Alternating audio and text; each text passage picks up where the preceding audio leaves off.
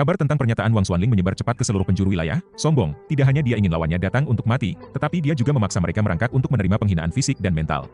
Namun, bagi keluarga Wang, ini tampak sangat masuk akal. Ini adalah keluarga Wang dari kota Su, keluarga yang seperti raja. Namun, tidak lama kemudian, keluarga Ye merespons, hanya dengan satu kata, pergi. Hening sejenak, lalu hiruk pikuk, berhadapan dengan raksasa seperti keluarga Wang, bukannya meminta maaf atau menyerah. Ye Yan dan ayahnya justru memerintahkan keluarga Wang untuk pergi.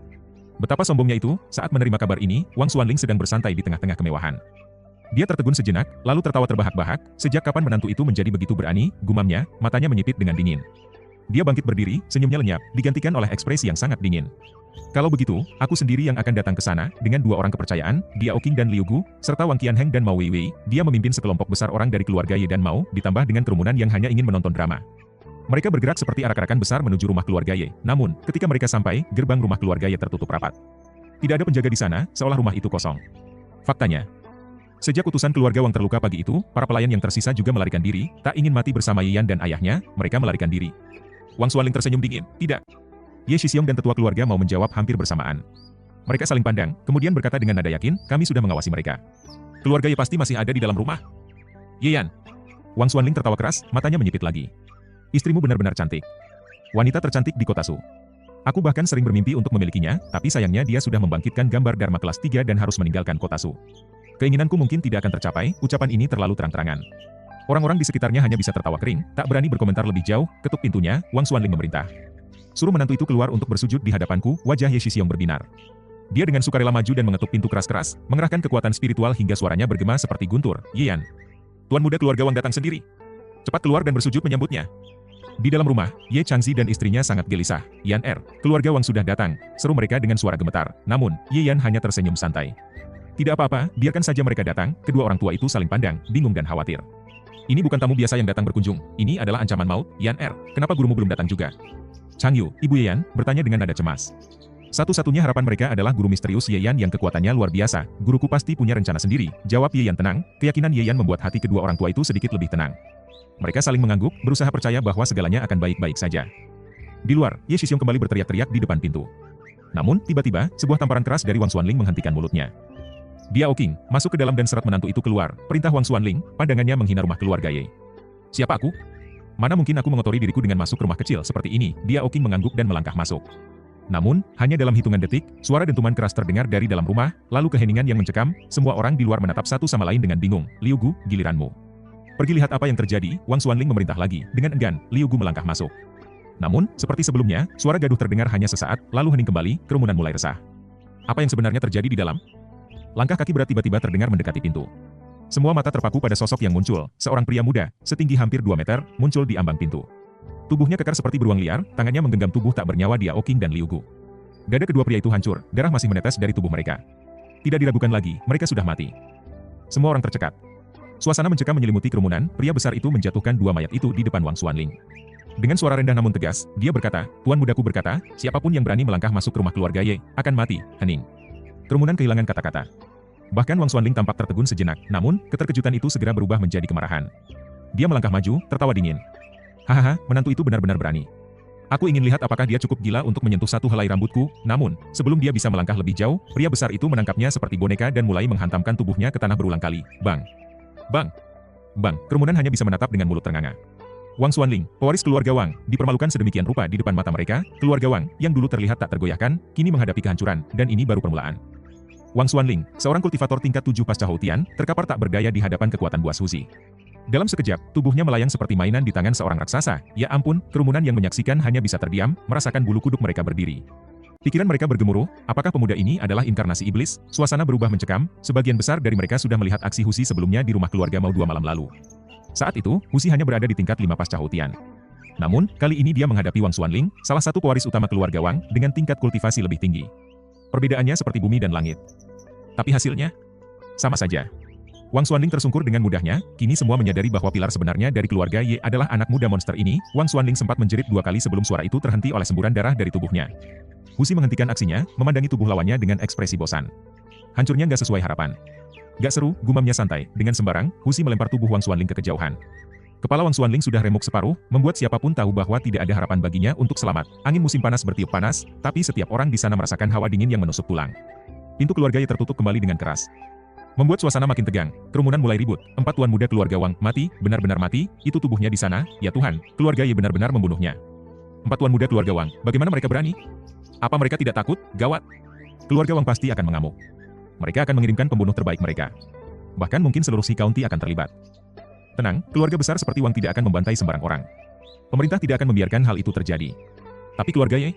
Mereka sudah tamat, keluarga Wang punya kultivator tingkat 9 pasca Houtian, bahkan beberapa memiliki dharma tingkat tinggi. Kerumunan bergumam penuh ketakutan dan ketidakpercayaan.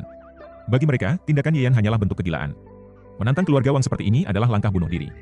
Sebaliknya, jika Yeyan hanya meminta maaf dan menunjukkan sedikit kekuatan, mungkin semuanya bisa dimaafkan. Namun, dengan kematian Wang Xuanling, semua orang tahu bahwa keluarga Wang tidak akan membiarkan ini begitu saja. Di sisi lain, Ye Shixiong merasa campur aduk antara ketakutan dan kebencian.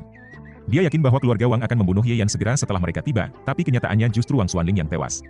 Kekuatan brutal Husi membuatnya bergidik. Untung saja bukan aku yang menghadapi monster itu malam itu, namun, apapun yang terjadi, dia yakin bahwa keluarga Wang tidak akan tinggal diam.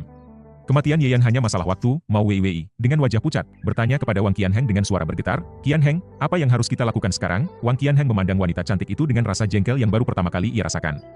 Dalam pikirannya, jika Wang Xuanling, yang posisinya jauh lebih tinggi darinya, bisa dibunuh dengan mudah, maka hidupnya sendiri tentu tidak ada artinya. Dia menghela napas berat. Kembali ke keluarga dulu. Biarkan kepala keluarga yang memutuskan. Sementara itu, kabar kematian Wang Xuanling menyebar seperti api. Semua orang di Sea County sepakat, hari pembalasan keluarga Wang akan segera tiba. Wang Qianheng kembali ke kediaman keluarga Wang dengan terburu-buru. Di hadapan Wang Lindong, kepala keluarga Wang, ia menyampaikan semua kejadian dengan rinci. Wang Lindong, meski sudah berusia 72 tahun, tetap memancarkan aura yang menekan. Tatapan matanya yang penuh kilat menunjukkan amarah yang tertahan. Setelah mendengar penjelasan Wang Qianheng, Wang Lindong bertanya kepada para tetua keluarga yang hadir. Salah satu tetua langsung menghantam meja. Berani-beraninya mereka membunuh anggota keluarga Wang. Kita harus membalas. Kirim para kultivator terbaik. Bunuh bocah liar itu dan menantu keluarga Chu yang memalukan. Tetua lainnya serentak mendukung, tetapi Wang Lindong mengangkat tangan, menghentikan perdebatan. Chu Yanran, menantu keluarga Chu, memiliki potensi besar. Jika kita menghabisi Yeyan, keluarga Chu justru akan berterima kasih kepada kita. Dia adalah aib masa lalu Chu Yanran. Membunuhnya akan dianggap sebagai bentuk bantuan. Semua tetua setuju dengan penilaian ini. Wang Lindong melanjutkan, Wang Tianyuan, tetua ketiga kita, akan pergi. Dengan kekuatan tingkat 9 pasca Houtian dan Dharma, hantu merahnya, itu lebih dari cukup untuk menghabisi keluarga Ye. Majestik keluarga Wang tidak boleh dilanggar. Wang Lindong menutup dengan perintah dingin. Bunuh semua pria keluarga Ye dan jual wanita mereka ke rumah bordil. Tidak ada yang boleh menyentuh keluarga Wang tanpa menerima hukuman terberat. Setelah hari yang melelahkan, Yeyan segera melanjutkan latihannya begitu ia bangun pagi. Pecah, bisiknya pelan. Dantiannya bergetar hebat, dan belenggu tak kasat mata di tubuhnya pun hancur. Dengan mudah, ia melangkah ke tingkat keempat pasca Houtian. Semakin lambat, desahnya dengan frustrasi.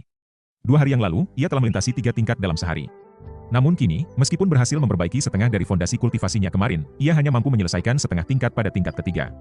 Butuh 1 hari penuh baginya untuk naik 1 tingkat. Betapa besar perbedaan antara menembus 1 tingkat dalam sehari dibandingkan 3 tingkat dalam sehari? Ia tahu bahwa saat mencapai tingkat keempat dan kelima pasca Houtian, kemajuan akan semakin lambat.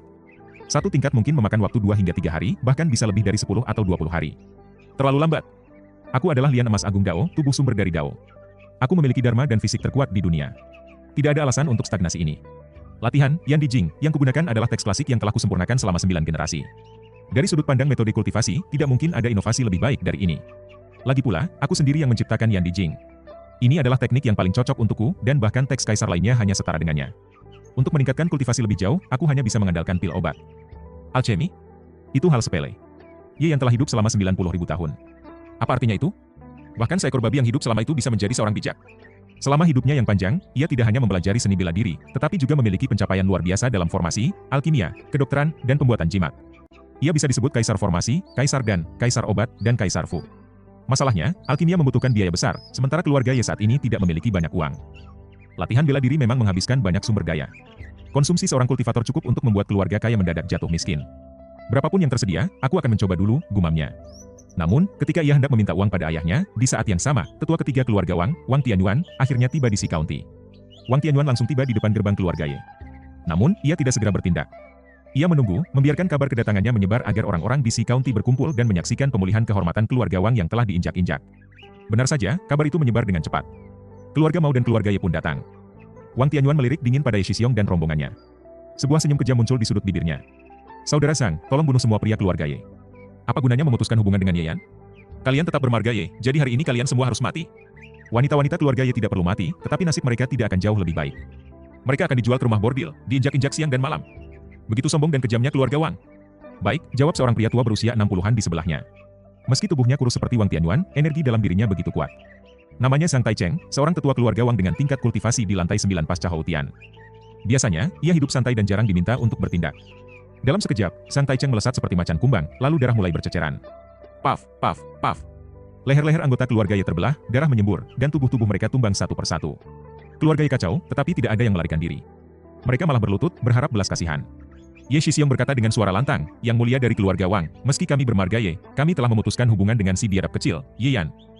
Namun, Wang Tianyuan tidak peduli. Zhang Taicheng juga tidak berhenti. Ia terus membantai mereka. Kali ini, keluarga Ye benar-benar panik dan berlarian ke segala arah. Namun, apakah mereka bisa lebih cepat dari seorang kultivator tingkat 9? Paf! Paf! Darah terus berceceran, dan satu persatu tubuh mereka terjatuh.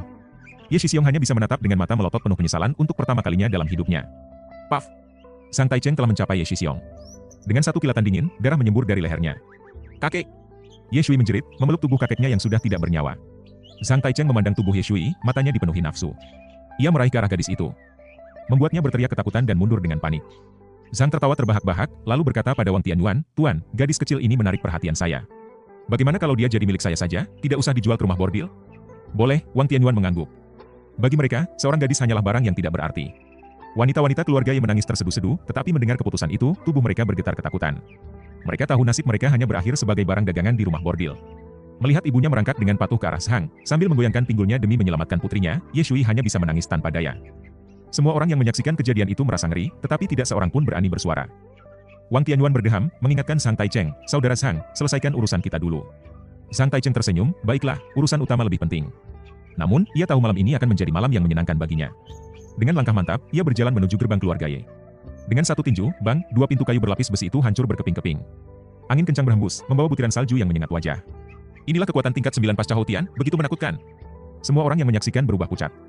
Hanya hembusan tinjunya saja sudah sedemikian dahsyat. Bagaimana jika tinju itu mengenai tubuh manusia? "Kau harus bayar pintu rumahku." Sebuah suara menggelegar terdengar, dan sebuah sosok besar menyerupai beruang buas melesat keluar dari dalam rumah, mengepalkan tinjunya untuk menyerang Zhang Taicheng. Itu adalah Husi.